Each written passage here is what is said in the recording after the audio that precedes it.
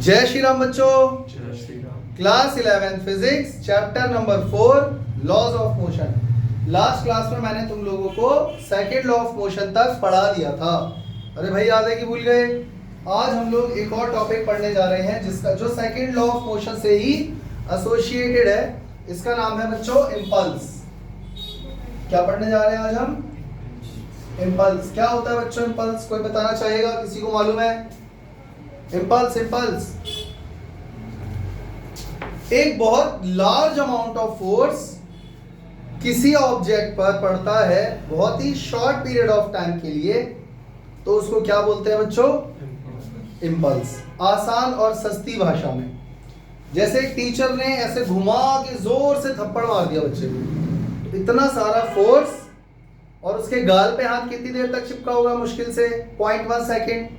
तो बहुत short duration of time के लिए अगर बहुत large amount of force transfer किया जाता है तो उसको क्या बोलते हैं? इम्पल्स। समझ में आ गया? एक और एग्जांपल, मैंने यहाँ पे कील लगाई, कील नेल, और एक हथौड़ा मैंने जोर से मारा। जरा चेक करो, हथौड़ा जब इस पे लगा होगा फोर्स तो अच्छा खासा है, उंगली पे पड़ जाता तो फोर्स पता लग जाएगा। तो फोर्स तो अच्छा खासा है। कितनी देर के लिए हथौड़ा टच होता है उससे? खाली कील से बहुत कम। समझ में आ रहा है? तो यहाँ पर क्या क्रिएट हो रहा है? इम्पल्स। समझ में आ गया? पक्का? कोई इंसान 10वीं मंजिल से नीचे गिर गया है पक्के फर्श पे, जैसा यहाँ पे दिख रहा है मार्बल फर्श, टाइल वाला, क्या वो बचेगा? नहीं बचेगा। समझ में आ गया? क्यों? क्योंकि सोचो कितना सारा फोर्स mg एक्सेलरेशन के साथ नीचे आ रहा है और एकदम पक्की जमीन पर एक बार से सीधा गिरेगा और खेल खत्म हो जाएगा उसका। तो बहुत शॉर्ट ड्यूरेशन ऑफ टाइम के लिए फोर्स ट्रांसफर हो गया उसकी बॉडी के अंदर। अब टकराया तो वो जमीन पे है, लेकिन लगी तो इंसान को भी होगी ना। समझ में आ रहा है? तो अगर मान लो बहुत लार्ज अमाउंट ऑफ फोर्स बहुत शॉर्ट पीरियड ऑफ टाइम के लिए अप्लाई किया जाता है तो वहां पर क्या लगता है बच्चों? इम्पल्स। इसमें एक बात और मैं तुम्हें बताना चाहता हूँ कि ये जो बहुत ज्यादा अमाउंट ऑफ फोर्स लगा रहे हैं शॉर्ट पीरियड ऑफ टाइम के लिए, यहाँ पे जो मोमेंटम में चेंज आ रहा है ना, वो बहुत फाइनाइट होता है। समझ में आ गया? सर चेक करो, अगर कोई ऑब्जेक्ट आ रहा है बहुत सारे फोर्स के साथ तो मतलब उसमें मोमेंटम है, मास इनटू वेलोसिटी, और टकरा कर मोमेंटम क्या हो गया? जीरो। तो मोमेंटम में चेंज आ रहा है या नहीं आ रहा? कितनी देर के लिए? मोमेंटम में चेंज जो आया है उसमें टाइम कितना लगा? बहुत कम। भाई चेंज इन मोमेंटम में भी तो टाइम लगा होगा ना, मैक्सिमम तो जीरो होने में। वो टाइम पीरियड कितना है यहाँ पे? बहुत कम। अगर यही टाइम इंक्रीज कर दिया जाए तो जो चेंज इन मोमेंटम है तब भी उतना ही रहेगा, लेकिन उसका इफेक्ट उतना नहीं पड़ेगा। समझ में आ गया? पक्का? तो इसको कैसे डिफाइन करोगे बच्चों? A large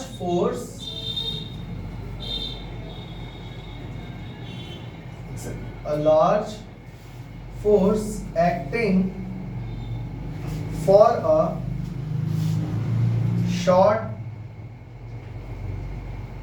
interval of time to produce a finite change in momentum is called impulse. Clear हो गया बच्चों? तो इम्पल्स फाइंड करने का आपके पास एक तरीका और है, force multiply by time duration. Impulse कैसे फाइंड करते हैं? It can also be defined as the product of force applied and applied, apple आ गया, अरे वाह, applied, the product of force applied to the time duration, ऐसे भी define कर सकते हो। समझ में आ गया? तो बच्चों इस हिसाब से इम्पल्स का फॉर्मूला क्या हो गया? जल्दी बोलो। Force multiply by time interval लिख दो या टाइम ड्यूरेशन लिख दो। इम्पल्स को हम डिनोट करते हैं I से, ठीक है। तो I will be equal to F into d t. ये फॉर्मूला तुमको याद रखना है। कोई दिक्कत बच्चों? इस फॉर्मूले के अकॉर्डिंग जरा चेक करो, सेकेंड लॉ ऑफ मोशन हमने पढ़ा था। सेकेंड लॉ ऑफ मोशन के according F is equal to d p by d t होता था। याद है कि भूल गए? तो चेक करो, अगर मैं इस डी टी को यहाँ मल्टीप्लाई कर दूं, देखो एक काम करते हैं, इसको इक्वेशन नंबर 1 दे देते हैं, इसको इक्वेशन नंबर 1 दे देते हैं, और इसके बाद जरा दिमाग लगाओ, F is equal to d p by d t हुआ करता था या नहीं? ये क्या है? Second law of motion. इसके अकॉर्डिंग अगर डी टी का मल्टीप्लाई मैं F से कर दूं तो चेक करो क्या आ जाएगा, d p is equal to f into d t. यह आ गई हमारी इक्वेशन नंबर 2। बच्चों चेक करो, इक्वेशन 1 और 2 में क्या कॉमन दिख रहा है? F into d t. तो इसका मतलब impulse from equation first and second we can say that, हम कह सकते हैं कि इम्पल्स किसके इक्वल है? डी टी, यानी कि change in momentum. Change in momentum समझ में आ गया? I will be equal to dt, which means I is also equal to P2 minus P1. I is equal to mv minus mu। कितने बच्चों को ये बात समझ में आ गई? ये बात समझ में आ गई? तो इम्पल्स फाइंड करने के हमारे पास 2 मेथड हो गए, या तो F इंटू डी टी कर दो, और या फिर चेंज इन मोमेंटम फाइंड कर लो कि मोमेंटम में कितना चेंज आया। कोई दिक्कत? चले आगे। अच्छा, इसी के साथ मुझे ये भी बता दो बच्चों, SI यूनिट ऑफ मोमेंटम क्या होगा? इस फॉर्मूले के अकॉर्डिंग क्या होगा? फोर्स की SI यूनिट क्या होती है? न्यूटन। और dt की क्या हो जाएगी? सेकेंड। तो न्यूटन सेकेंड। समझ में आ गया? अच्छा, ये स्मॉल एस है, कैपिटल नहीं है, क्योंकि जो टाइम पीरियड है उसकी यूनिट स्मॉल एस होती है। इसकी डायमेंशन भी बता दो बच्चों। डायमेंशन देखो, फोर्स की क्या होती है? mlt माइनस 2, mlt माइनस 2, और इसी के साथ टाइम ड्यूरेशन की क्या हो जाएगी? t। तो चेक करना क्या आ गया? mlt minus 1। आप चेक कर लो, ये जो इसकी डायमेंशन आई है, क्या वो सेम मोमेंटम वाली नहीं आ रही?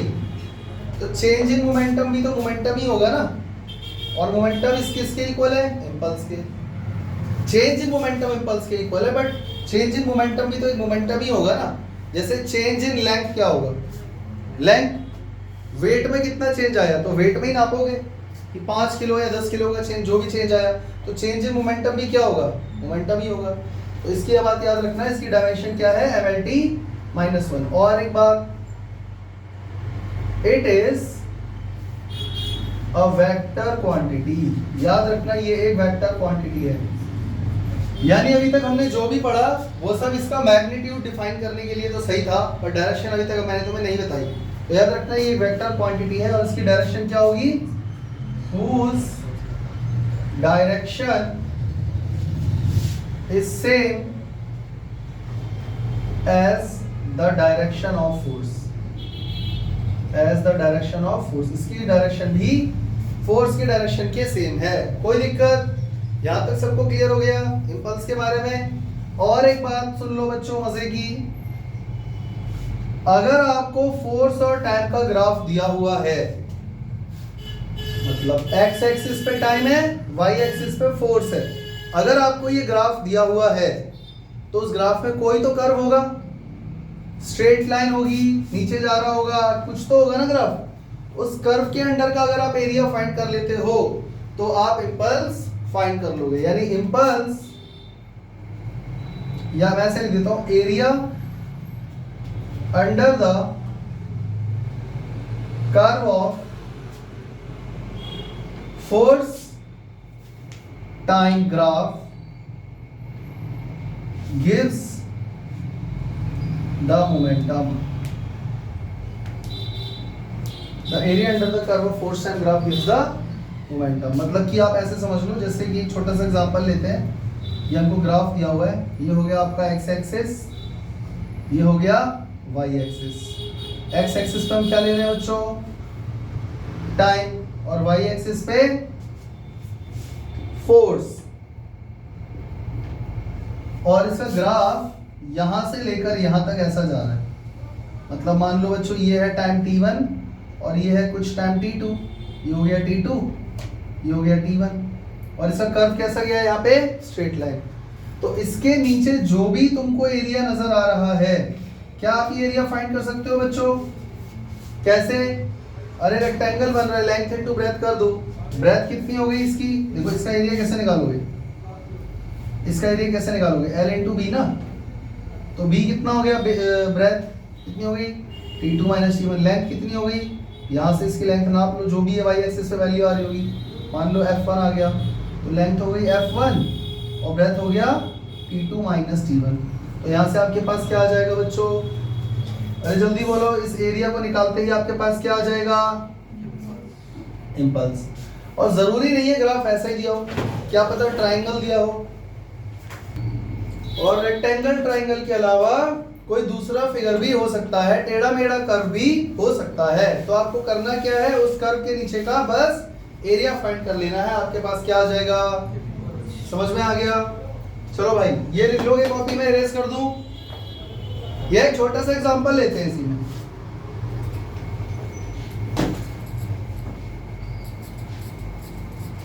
मान लो हमको इस तरीके का एक कर्व दिया हुआ है। ये हो गया हमारा टाइम, और कर्व इस तरीके का दिया हुआ है। ये है बच्चों t1, ये है t2, और ये है फोर्स। तो इसके नीचे का जब तक एरिया नहीं आएगा, इंपल्स तो आएगा नहीं। तो आप एरिया कैसे फाइंड करोगे? मतलब इंपल्स कैसे फाइंड करोगे? तो आप f इंटू डी टी का इंटीग्रेशन कर दोगे t1 से लेकर t2 तक। समझ में आ गया? इंटीग्रेशन आता है तो f इंटू डी टी कर दोगे और उसका इंटीग्रेशन कर दोगे t1 से t2 तक। तो आपके पास यहां से भी क्या आ जाएगा? इंपल्स। कोई दिक्कत? चले आगे, ये कॉपी में नोट डाउन कर लोगे। अच्छा, एक और चीज मैं तुम्हें बताना चाहता हूं। कहां लिखूं, कहां लिखूं? यहां लिख देता हूं, ये लिख लेना बच्चों।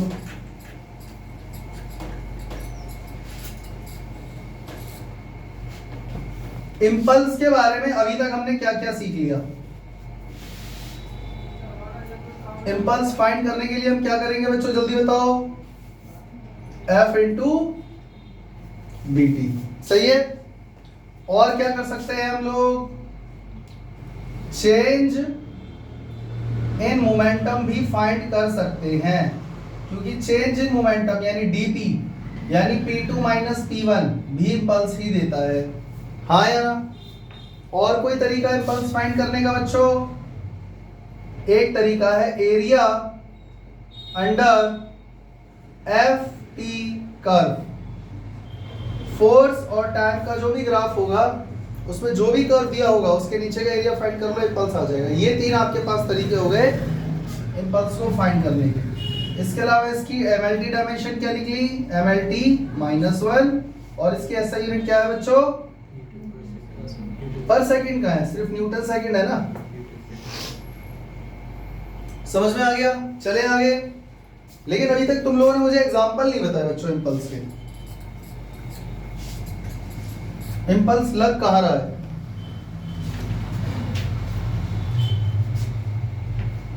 Example number 1, force exerts by bat on ball। तुम लोगों ने कभी क्रिकेट खेला है बच्चों?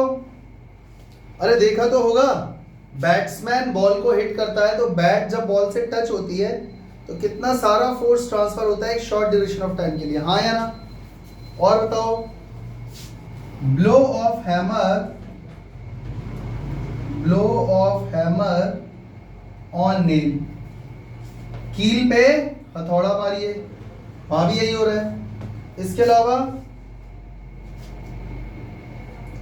Force experienced by a person when he falls from a certain height on a cemented floor, या हार्ड फ्लोर भी लिख सकते हो। समझ में आ गया? तो जब झटके से वो नीचे गिरेगा तो क्या होगा? शॉर्ट ड्यूरेशन ऑफ टाइम के लिए बहुत सारा फोर्स ट्रांसफर कर रहा है, तो एक्शन एंड रिएक्शन की वजह से उसको भी मिला होगा उतना ही फोर्स, मर जाएगा बेचारा अगर अच्छी खासी ऊंचाई से गिरेगा तो ये इम्पल्स समझ में आ गया अभी तुम लोगों को। चले आगे। अब हम लोग पढ़ने जा रहे हैं बच्चों application of the concept of impulse, मतलब डेली लाइफ एप्लीकेशन की हम बात कर रहे हैं। अब हमें पता लग गया है कि अगर ऐसा हुआ तो हमको इंसान होने के नाते बहुत नुकसान और कष्ट हो सकता है, ये हमारी शरीर के लिए अच्छा नहीं है। तो हम इसका इस्तेमाल कहाँ कहाँ कर सकते हैं? कुल मिला के हमको करना बस ये कि टाइम ड्यूरेशन को बढ़ा देना है, ताकि वो जो फोर्स ट्रांसफर हो रहा है उसका इम्पैक्ट इतना ज्यादा ना पड़े। समझ में आ गया? समझ में आ गया? तो बच्चों चेक करो एप्लीकेशन कहाँ कहाँ यूज होता है।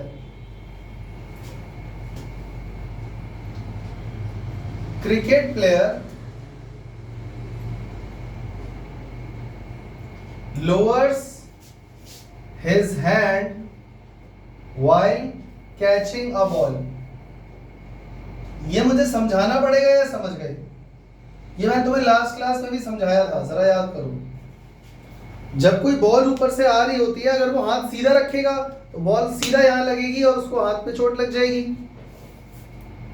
लेकिन अगर बॉल मेरे हाथ से टच हुई और मैंने उसको ऐसे करके रोका, तो इतना जो डिस्टेंस कवर हुआ, इसमें मोमेंटम के चेंज आने में अच्छा खासा समय लगा, टाइम बढ़ गया, तो फोर्स का इफेक्ट उतना नहीं हुआ मेरे हाथ पे, मेरे हाथ पे चोट नहीं लगेगी। ऐसा होता है या नहीं होता? समझ में आ गया? और क्या एप्लीकेशन है बच्चों? A person falling from a certain height will receive more injuries when he falls on a cemented floor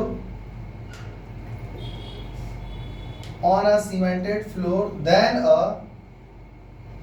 heap of sand। इससे क्या समझ में आया बच्चों? जब कहीं कंस्ट्रक्शन वर्क होता है तो वहां रेत का ऐसा ढेर लगा होता है, रेत या बालू का या मिट्टी का ऐसा ढेर लगा होता है, बच्चे खेलते हैं, जानवर वगैरह खेलते रहते हैं। बच्चों अगर आप 5वीं मंजिल से जमीन पे गिरोगे तो आप बचोगे जिंदा? सीमेंटेड फ्लोर पे तो नहीं बचोगे। लेकिन कभी तुम लोगों ने ऐसा करा है कि जैसे रेत का ढेर लगा हुआ है उसके ऊपर कूद रहे हैं, या जो लॉन्ग जंप करते हैं वहां पर वो थोड़ा सा मिट्टी खोद लेते हैं, याद है? देखा है? ऐसा इसलिए क्योंकि हीप ऑफ सैंड में ये होगा कि देखो, अगर देखो सीमेंटेड फ्लोर है तो आप यहाँ टकराओगे और यही रुक जाओगे, हाँ या ना?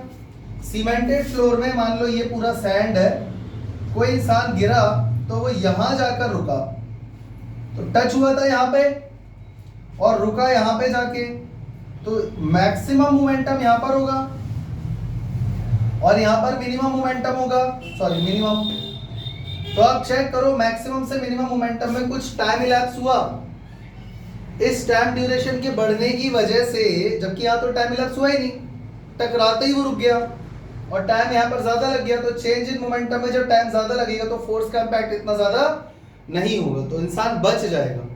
मतलब पहली या दूसरी मंजिल से अगर आप रेत के टीले पे कूद रहे हो ना, तो उससे कोई खास फर्क नहीं पड़ेगा, पैर झंझना जाएगा, बस मरोगे नहीं। समझ में आ गया? अच्छा, और कहां कहां यूज होता है भैया? तो इसका जो यूज है वो लॉन्ग जंप वाले ज्यादा करते हैं। नंबर 3 पे आ जाओ। Number 3, automobiles, car, buses are provided with shockers. Automobiles, cars, buses, etc. are provided with shockers. इसका मतलब पता है बच्चों, शॉकर्स जानते हो क्या होते हैं? तुमने देखा होगा गाड़ी जैसे स्पीड ब्रेकर आया तो गाड़ी, आप सीट पर बैठे हो, जब गाड़ी ऐसे उछलती है तो उस पर ऐसे ऐसे करके थोड़ा 2-3 बार ऐसे ऐसे होती है, हाँ या ना? अगर सोचो वहां पर ये इस तरीके ऐसा होता है ना, शॉकर्स पहिए के पास लगे रहते हैं ऐसे ऐसे ऐसे ऐसे करके दोनों साइड, तो ये क्या करती है, स्प्रिंग कंप्रेस होती है, घिसती है, कंप्रेस होती है, घिसती है, इस तरीके से चलती है और फिर वो रेस्ट पे आ जाती है। तो इससे होता ही है कि अंदर जो पैसेंजर बैठा है उसको ज्यादा दिक्कत नहीं होगी। और अगर ऐसा नहीं होता तो गाड़ी हर गड्ढे में जब भी जाती है, ब्रेकर पे आती है तो घट घट घट घट टकराते हुए जाती है। मतलब अंदर बैठा हुआ इंसान सोचो कितना अनकंफर्टेबल फील करता, हाँ या ना? तो इसकी वजह से होता ये है कि जो इम्पल्स है, यहाँ पर इम्पल्स का तो रोल प्ले हो रहा है क्योंकि वो ऐसे कंप्रेस हुआ, और ये नहीं होता तो कंप्रेस एकदम झटके से होता तो झटका लगता, झर्क लगता, इसकी वजह से उसमें टाइम बढ़ गया, तो इसीलिए वो थोड़ा स्पॉन्जी फील होता है, हाँ या ना? क्लियर हो गया? अच्छा, number 4, buffers are provided with bogies of train। इसका मतलब समझे बच्चों? इसका मतलब जानते हो बफर्स का? अरे भाई जानते हो या नहीं जानते, जल्दी बताओ। प्रोवाइडेड बिटवीन, यहाँ बिटवीन आएगा, बोगीज ऑफ ट्रेन। अरे बफर जानते हो या नहीं जानते? ट्रेन देखिए कभी, मेट्रो की बात नहीं कर रहा हूँ, वो नॉर्दर्न रेलवे वाली ट्रेन, WDM इंजन छुक छुक वाला। तुमने कभी ट्रेन ठीक से अगर देखी होगी तो मान लो ये 2 ट्रेन के डब्बे हैं, डब्बों को क्या बोलते हैं? बोगीज। तो तुमने देखा है कभी ट्रेन के पीछे ऐसा ही निकला सा रहता है यूं करके, और इधर भी ऐसा निकला सा रहता है यूं करके, और ये ऐसे टच रहते हैं, देखा है नहीं देखा? ये देखा है नहीं देखा? इसी को बोलते हैं बच्चों बफर्स। अब ये क्या काम कर रहा है वो मैं तुम्हें समझा देता हूं। अगर इसको थोड़ा जूम करके बनाए तो ये ऐसा नजर आएगा।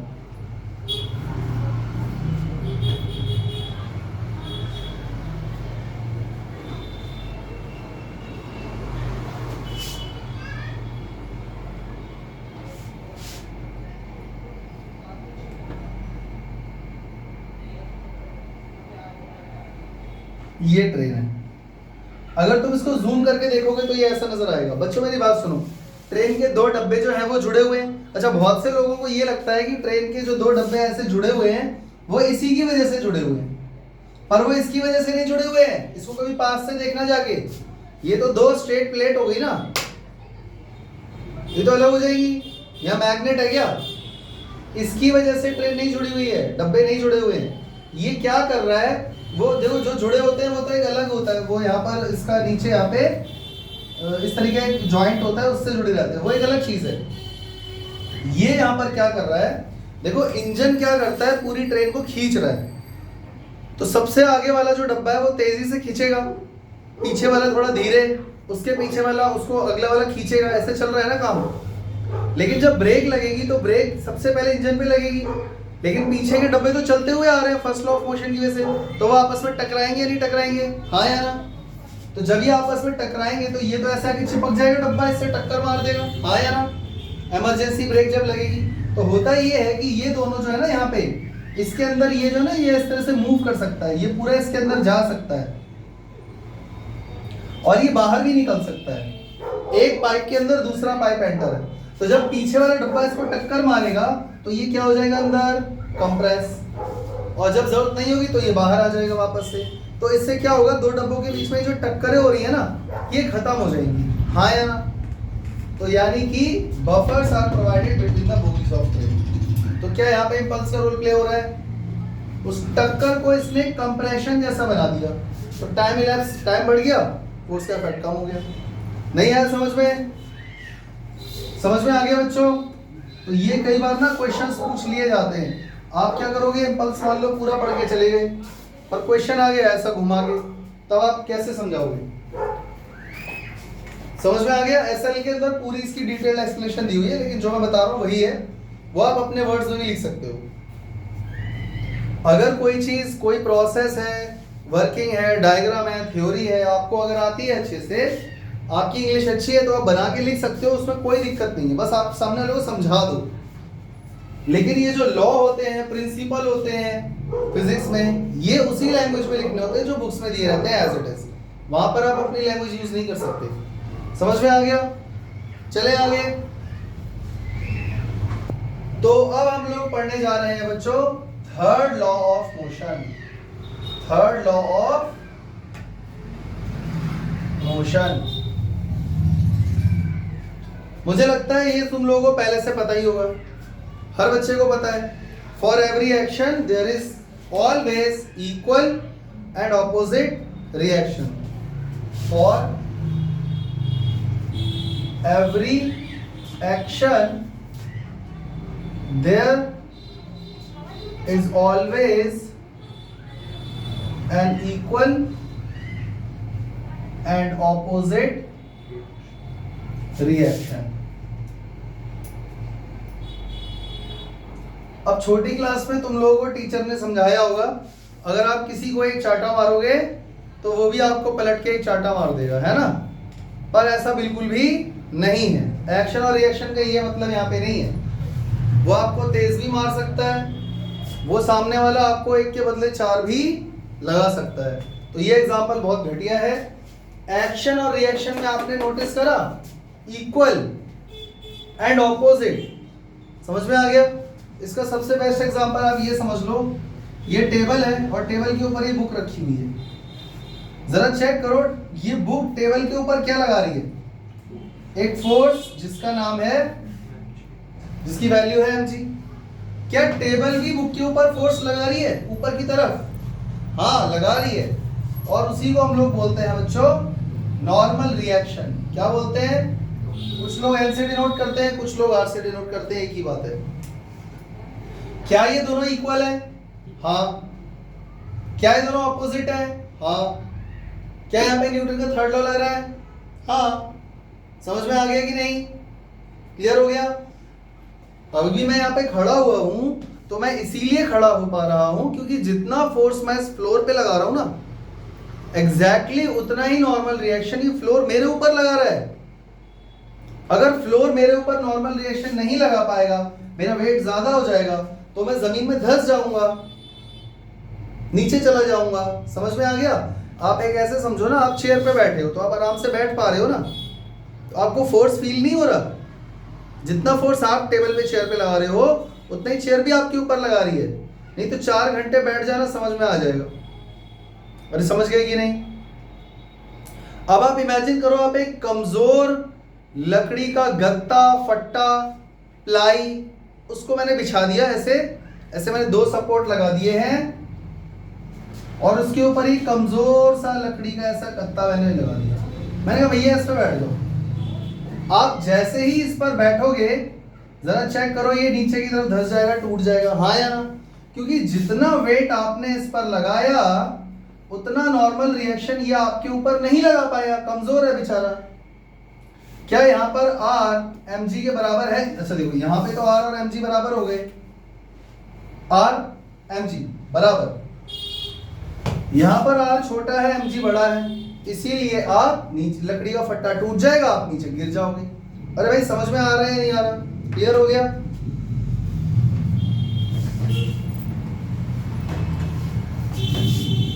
अच्छा, इसमें याद रखना, जैसे मान लो ये एक ऑब्जेक्ट है A और ये ऑब्जेक्ट है B। ये इधर से भागता हुआ आ रहा था, ये इधर से भागता हुआ आ रहा था, टकरा गए। या हो सकता है एक इंसान रेस्ट पर हो, दूसरा भागता हुआ आ रहा हो, वो टकरा गया हो, या ये रेस्ट पर हो, ये टकरा गया हो। तो जितना फोर्स B A पर लगा रहा है उतना ही A, जितना B A पर फोर्स लगा रहा है उतना ही A भी E पर लगा रहा है। मान लो ये फोर्स है AB और ये फोर्स है BA, तो याद रखना FAB बराबर होगा FBA के। समझ में आ गया? बस यहाँ पर एक माइनस का साइन आ जाएगा बच्चों। माइनस का साइन क्यों आया? क्योंकि इन दोनों फोर्स का मैग्नीट्यूड बराबर है। डायरेक्शन तो ऑपोजिट हो गई ना। और फिजिक्स में आप लोगों को ये पता होगा, अगर एक ऑब्जेक्ट इधर जा रहा है, वो अगर पॉजिटिव है, तो ऑपोजिट डायरेक्शन में जाने वाला ऑटोमेटिक नेगेटिव हो जाता है, अगर आप डायरेक्शन कंसीडर करते हो तो। पता है या नहीं पता? और नहीं पता तो जान लो ये बात। तो चेक करो, ये दोनों फोर्स, ए जितना फोर्स बी पर लगा रहा है उतना ही बी भी ए पर लगा रहा है। Equal equal equal and opposite opposite opposite. तो ये बता रहा है कि इक्वल है, ये बता रहा है कि ऑपोजिट है। नहीं आ रहा समझ में? आ गया समझ में? बहुत बढ़िया। अच्छा, कुछ इंपॉर्टेंट बातें हैं इसके बारे में। Forces always exist in pairs. इस दुनिया में जितने भी फोर्स हैं का मतलब है लगाए जा रहे हैं, लग रहे हैं, वो पेयर में लग रहे हैं। मतलब कि दो होंगे, अकेला फोर्स एग्जिस्ट नहीं कर सकता। आप जरा मुझे खींच के दिखाओ, लो मेरा हाथ पकड़ो और खींच के दिखाओ। पर पकड़ना नहीं है, दूर से ही बिना कांटेक्ट किए। खींच पाओगे? नहीं।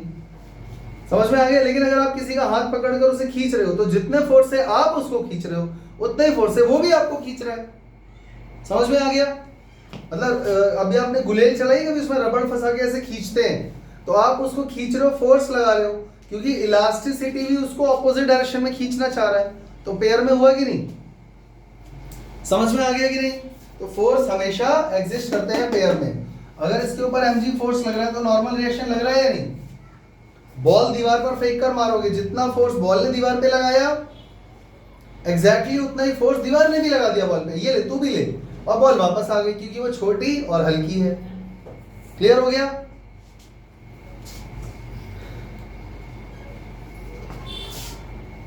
Third law of motion, Newton's third law of motion is applicable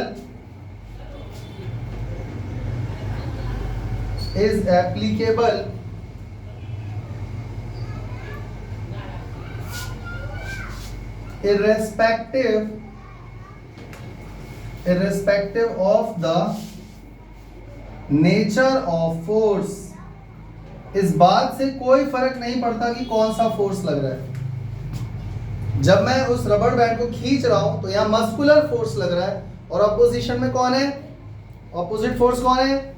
elastic force. हाँ या ना? अगर मैं स्प्रिंग को दबा रहा हूं ऐसे करके, तो मैं क्या लगा रहा हूं? Muscular force. और स्प्रिंग ऑपोजिट डायरेक्शन में धक्का मार रहा होगा, वो कौन सा फोर्स लगा रही है? Spring force. समझ में आ गया? तो है तो तब भी इक्वल एंड ऑपोजिट ना। नेचर ऑफ फोर्स पे कहां डिपेंड कर रहा है? Action and reaction acts on different bodies, always acts on different bodies। Action और रिएक्शन दोनों अलग अलग बॉडी पे ही काम करता है। समझ में आ गया? Action and reaction can not cancel out each other. Action और रिएक्शन एक दूसरे को कैंसिल आउट नहीं कर सकते। समझ में आ गया? वो अलग बात है कि हम लोग इसको इक्वल एंड ऑपोजिट मान के काट देते हैं, क्योंकि एक दूसरे के इफेक्ट को नलीफाई कर दे रहे हैं, लेकिन इसका ये मतलब नहीं है कि वो कैंसिल आउट कर देंगे, वो लग रहे हैं। जैसे मेरे ऊपर नॉर्मल रिएक्शन भी लग रहा है, मेरा वेट भी है, तो दोनों कैंसिल आउट कर दूं क्या? न्यूमेरिकल करते टाइम हम इसको कैंसिल आउट कर देते हैं, लेकिन इसका ये मतलब नहीं है कि लग नहीं रही, लग रहे हैं। मैं ऐसे 1 घंटे खड़ा रहूंगा, पैरों में दर्द हो जाएगा थोड़ी देर में, तो लग रहा है ना फोर्स वही है, तभी तो। समझ में आ गया? तो ये कैंसिल आउट नहीं कर सकते। Action and reaction pair are cause and effect. Action और रिएक्शन क्या है? कॉज और इफेक्ट। तो पक्का दोनों में से एक फोर्स कॉज रहा होगा जो पहले आया होगा, और दूसरा वाला उसका इफेक्ट रहा होगा। जैसे बॉल आपने मारी तो पहले बॉल गई, वो एक्शन है, तो रिएक्शन तो बाद में हुआ ना, तो वो इफेक्ट हो गया, बाउंस बैक होना। क्लियर हो गया? No action can exist in the absence of reaction. अगर रिएक्शन नहीं है तो आप एक्शन नहीं लगा सकते। अगर रिएक्शन नहीं है तो आप एक्शन नहीं लगा सकते। समझ में आ रहा है? सामने दीवार, मुझे दीवार को धक्का मारना था, फोर्स लगाना था, कोई ऑपोजिशन में है ही नहीं, दीवार ही नहीं है, कोई ऑपोजिट फोर्स लगाने वाला, रिएक्शन लगाने वाला ही नहीं है, तो आप जरा लगा के दिखाओ हवा पे धक्का। मेरी बात समझ पाए? आपके पास आपके हाथों के बीच में स्प्रिंग नहीं है, तो आप जरा फोर्स लगा के दिखाओ, कंप्रेस करके दिखाओ। तो जब कोई है ही नहीं, तो ऑपोजिट डायरेक्शन में जब कोई फोर्स मारेगा नहीं, तो मैं किसके ऑपोजिट डायरेक्शन में फोर्स लगाऊं? तो अगर कोई रिएक्शन नहीं होगा तो एक्शन आप अप्लाई नहीं कर पाओगे। समझ में आ गया? चले आगे।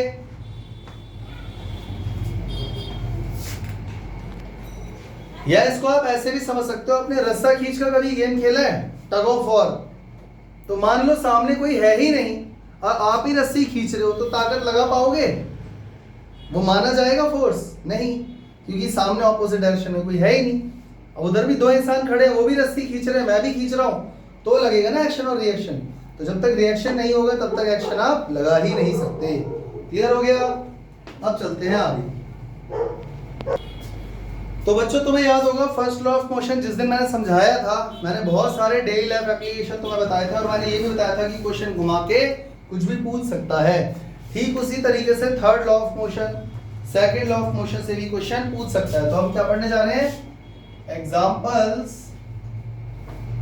Of third law of motion. Number 1, book kept on table। बच्चों इसका दोबारा डायग्राम बनाओ, या समझ गए? वही चीज है, किताब रखी हुई है, इसका वेट है mg और ऊपर लग रहा है नॉर्मल रिएक्शन r। तो ये क्या हो गया? Third law of motion. और कोई एग्जांपल बच्चों? while walking we press the ground backward in the backward direction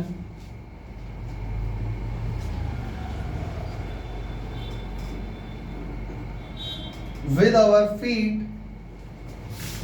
slightly tilted to walk। जो हम चल रहे हैं, सिर्फ चलना, क्या थर्ड लॉ ऑफ मोशन इसमें लग रहा है? लग रहा है। सिर्फ चलने में थर्ड लॉ ऑफ मोशन लग रहा है। समझ पा रहे हो नहीं समझ पा रहे? देखो मेरी बात सुनो। देखो, अगर मुझे चलना है तो मैं अपना एक कदम आगे बढ़ा रहा हूं और ये जो पीछे वाला पैर है उससे मैं जमीन को पीछे धक्का मार रहा हूं। समझ पा रहे हो? वीडियो वाले लोगों को कैसे समझाऊं? देखो बच्चों, ये हमारे दो पैर हैं, तो एक पैर आगे बढ़ाते हैं तो दूसरे वाले से जमीन को पीछे ऐसे धक्का मारते हैं, तभी तो आगे जा पा रहे हैं। नहीं समझ पा रहे? अगर नहीं समझ में आ रहा तो एक काम करो, फ्रिक्शन जीरो कर दो। फ्रिक्शन जीरो कर दो। अब जरा एक कदम आगे बढ़ाओ, पीछे वाला पैर फिसल जाएगा, चल ही नहीं पाओगे। हाँ या ना? और अगर फिर भी समझ में नहीं आ रहा तो इमेजिन करो बहुत तेज भाग रहे हो। अब तो समझ में आ गया ना? भागते टाइम आप क्या कर रहे हो? अपने पैरों से जल्दी जल्दी जमीन को पीछे धक्का मार रहे हो ताकि आप आगे जा सको। तो थर्ड लॉ ऑफ मोशन नहीं हो गया? समझ में आ गया? आपका जो पैर है बच्चों, पैर कैसा है आप लोगों का?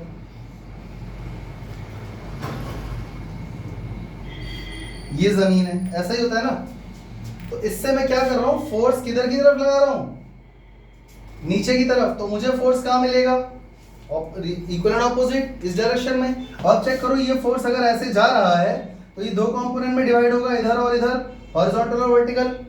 तो अगर ये थीटा है तो ये क्या हो गया बच्चों? एफ कॉस थीटा, और ये हो गया एफ साइन थीटा।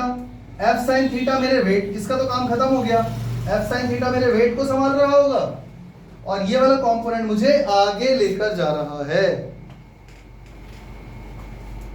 नहीं आया समझ में? आगे समझ में? तो फोर्स हम कहाँ लगाते हैं? स्लाइटली टिल्टेड, थोड़ा सा टेढ़ा, ऐसे पीछे की तरफ धक्का मारते हैं तो। अच्छा और एग्जांपल बताओ बच्चों। Number 3, it is difficult to walk on a slippery surface. हाँ या ना? मान लो यही आ गया क्वेश्चन में, एक स्लिपरी सरफेस पे चलना मुश्किल है, क्यों? तो आपको बताना पड़ेगा यहाँ न्यूटन का थर्ड लॉ ऑफ मोशन लग रहा है। अगर स्लिपरी सरफेस है तो जब आप चलोगे तो स्लाइटली टिल्टेड फोर्स जैसे ही लगाओगे तो फ्रिक्शन तो है ही नहीं, स्लिपरी है, आपका पैर फिसल जाएगा, तो नॉर्मल रिएक्शन हो गया 0। तो आप आगे कैसे जाओगे? समझ में आ गया? एक्शन ही नहीं लग, रिएक्शन ही नहीं है तो एक्शन कहां से लगाओगे? इसलिए चलना मुश्किल हो जाता है। नंबर 4 और कोई एग्जांपल है बच्चों दिमाग में तुम्हारे? while swimming a person pushes water backwards so that he or she can move in forward direction। हाँ या ना? अरे पानी में कभी तैरे हो? जिसको तैरना नहीं आता उसने दूसरों को तैरते हुए तो देखा होगा, टीवी, फिल्म, पिक्चर, मूवी, कोई गेम, ओलंपिक, तो उसमें आपने देखा होगा वो अपने हाथों से पानी को ऐसे ऐसे करते हैं, तो पानी को वो पीछे धक्का मार रहे हैं ताकि वो खुद आगे जा सके। समझ में आ गया? समझ में आ गया? पानी पीछे पुश होगा, एक्शन, रिएक्शन क्या लगा कि आप आगे निकल गए। क्लियर हो गया? और कोई example? Rotary lawn sprinkler, rotary lawn sprinkler. बच्चों तुमने देखा है तुम्हारे स्कूल के प्लेग्राउंड में जहां घास है वहां पर एक स्प्रिंकलर होता है जो घूमता रहता है और पानी फेंकता रहता है, तो वहां पर भी न्यूटन का थर्ड लॉ ऑफ मोशन ही काम करता है। समझ में आ गया? चलो मैं एक क्वेश्चन पूछ रहा हूं तुम लोगों से। आपने स्पेसशिप तो देखा ही होगा जो स्पेस में जाते हैं, तो स्पेस में मान लो आप एक एस्ट्रोनॉट की तरह गए और जो भी आपका वो स्पेसक्राफ्ट है, यान है, आप उससे अलग हो गए। हालांकि एक वो वायर से क्या होता है, वो जो भी उससे जुड़े रहते हैं, पर आप बाहर एक्सप्लोर करने के लिए स्पेस में निकले अपना सूट पहन के एस्ट्रोनॉट वाला, और आप डिटैच हो गए उस यान से, उस क्राफ्ट से। समझ में आ गया? अब आप करोगे क्या? आप उस तक कैसे पहुंचोगे? दिमाग लगाओ और जवाब दो।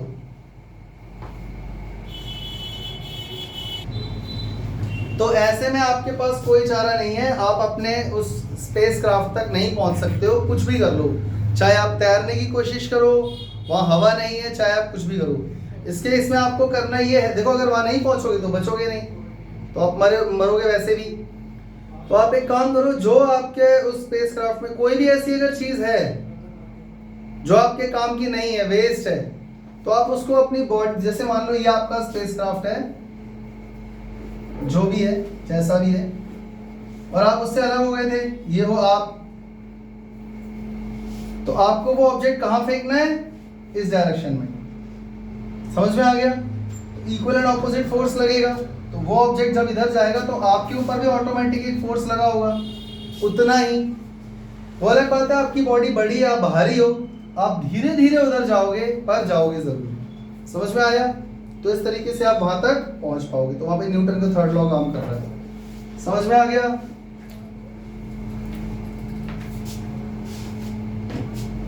इसी के साथ हमारा न्यूटन का थर्ड लॉ भी खत्म होता है। नेक्स्ट क्लास में हम लोग law of conservation of momentum पढ़ेंगे। मिलते हैं नेक्स्ट क्लास में, तब तक के लिए जय हिंद, जय श्री राम।